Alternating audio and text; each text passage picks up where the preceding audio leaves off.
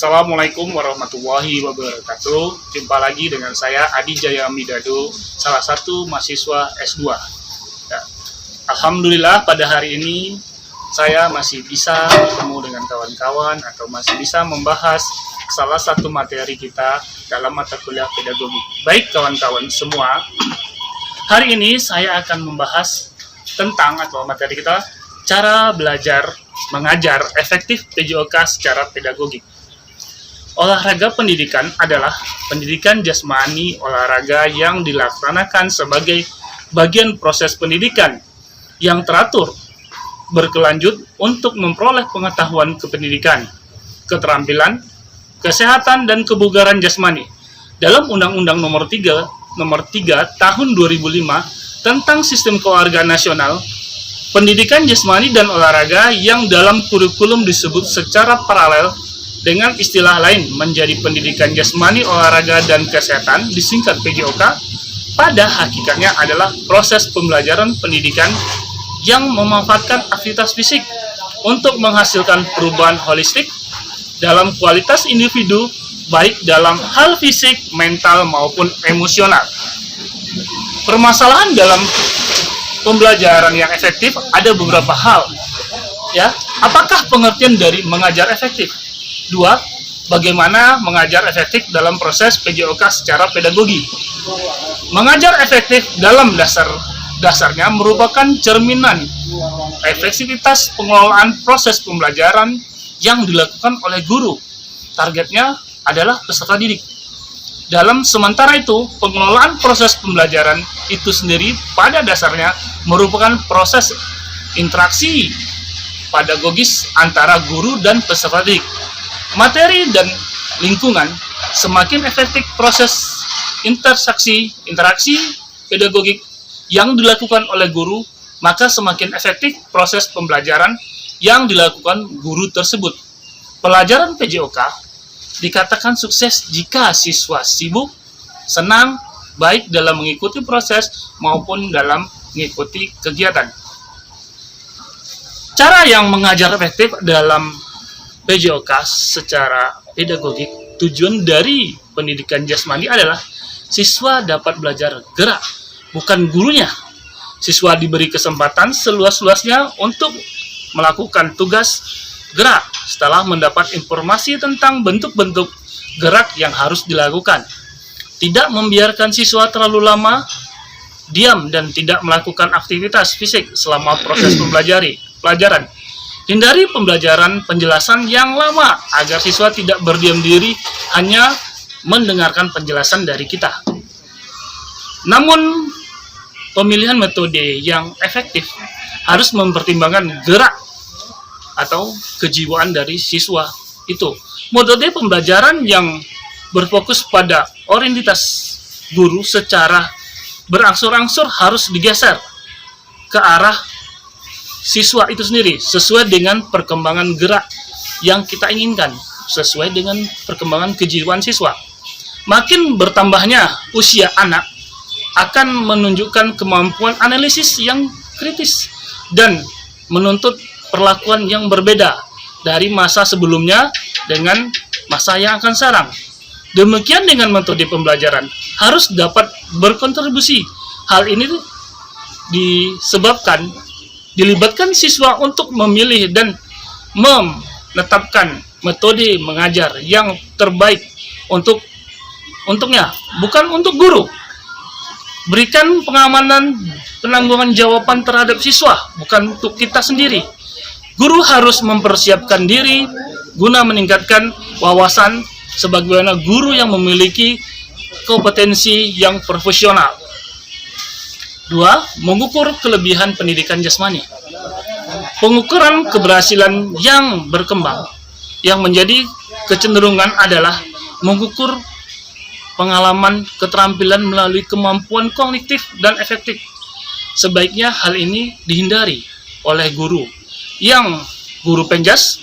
Mengukur keberhasilan pengamanan keterampilan oleh siswa dilakukan kemampuan kognitif efektif. Sebagaimana contoh, pada saat guru menilai keberhasilan siswa memasukkan bola ke dalam keranjang. pada saat itu dia memperhitungkan jarak antara dirinya dengan ring, berat bola, tinggi ring, dan memberikan energi yang dibutuhkan untuk memasukkan bola tersebut ke dalam keranjang. Ya. Instrumen pengukuran harus dikembangkan atas dasar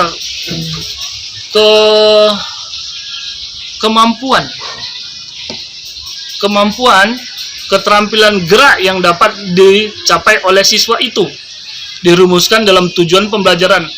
Hal yang berhubungan dengan pengukuran kemampuan mengingat, memahami teori penjelasan dari guru dilakukan dalam hal bentuk tugas yang integral dengan sistem penilaian.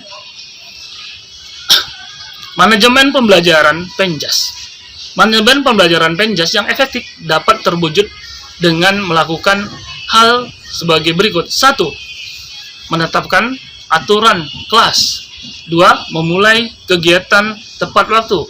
3. Mengatur pelajaran, ya. 4. Mengelompokkan siswa. 5.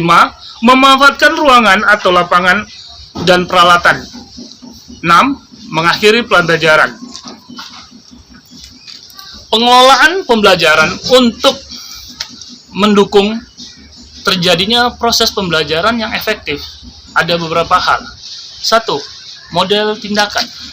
2. Proses, yaitu upaya untuk mungkin dilakukan oleh guru untuk mencegah terjadinya gangguan dalam pembelajaran. B. Referensi, kemampuan guru untuk mengatasi, mencari, dan memahami untuk proses pembelajaran. D. Modifikasi, ya, merubah kebiasaan lama yang akan kita lakukan untuk saat ini. Ya. Dan selanjutnya adalah pengelolaan kelompok yang untuk mengenali perolangan tindakan yang harus dilakukan untuk perkelompokan berbagai komponen yang akan dilaksanakan. Peran guru. Berbicara peran guru, di sini guru yang efektif dalam belajar. 1. Mendorong siswa mengembangkan tanggung jawab individu terhadap lingkungan. 2. Membangun pemahaman siswa agar mengerti dan menyesuaikan tingkah lakunya dengan taat tertib di kelas. 3. Menimbulkan rasa kewajiban melibatkan diri dalam tugas serta tindakan sesuai dengan aktivitas kelas. Hal-hal yang harus kita hindari dalam proses pembelajaran. 1. Campur tangan yang berlebihan. 2. Kesenyapan atau ketenangan yang berlebihan yang tidak ada tanggapan dari siswa. 3. Ketidaketepatan waktu. 4. Penyimpangan yang terjadi. Teknik pembelajaran yang menyenangkan. Keberhasilan suatu pendidikan salah satunya ditentukan oleh bagaimana proses pembelajaran mengajar itu berlangsung. Selain itu, proses interaksi pembelajaran pada prinsipnya tergantung pada guru dan siswa. Guru dituntut untuk menciptakan suatu pengajaran yang efektif, sedangkan siswa dituntut adanya semangat dorongan untuk aktif dalam proses pembelajaran mengajar, sehingga keberhasilan belajar di bidang kognitif, efektif, dan psikomotor dapat tercapai. Untuk lebih memahami hal-hal yang berkaitan dengan pembelajaran yang menyenangkan berikut ada komponen beberapa yang harus terjadi atau dilaksanakan. Ya, bangkitkan minat siswa untuk mengikuti pembelajaran. 2. Adanya keterlibatan penuh siswa antara guru. 3. Terciptanya atau tercapainya tujuan atau makna pembelajaran.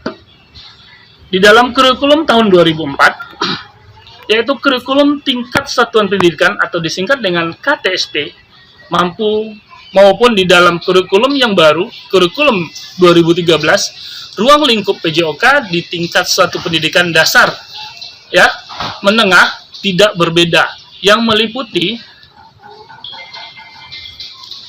1. Permainan dan olahraga. 2. Aktivitas pengembangan. 3. Uji diri senam. 4. Aktivitas remit. 5. Aktivitas air atau akuatik. 7. Pendidikan luar kelas. 8. Kesehatan. Kesimpulan, mengajar efektif adalah membangun pengalaman belajar siswa dengan berbagai keterampilan proses sehingga dapat pengalaman pengetahuan baru menyenangkan yang dimaksud agar guru mampu menciptakan suasana belajar yang menyenangkan bagi siswa, memusatkan perhatian penuh kepada siswa. Mengajar efektif dapat diusahakan membangun pengalaman belajar siswa dengan berbagai keterampilan proses, mendapatkan pengalaman, pengetahuan baru melalui capaian kegiatan belajar yang berharga dan mengkondisikan sesuatu suasana sehingga mampu memberikan pelayanan pada tingkat kemampuan gaya belajar siswa serta siswa lebih terpusat pada guru dengan penuhnya. Baik kawan-kawan semua, hari ini mungkin sampai di situ penjelasan saya atau pembahasan saya tentang cara belajar efektif PJOK. Kalau ada kata-kata yang salah, saya mohon maaf. Wabillahi taufiq hidayah. Wassalamualaikum warahmatullahi wabarakatuh. Salam olahraga.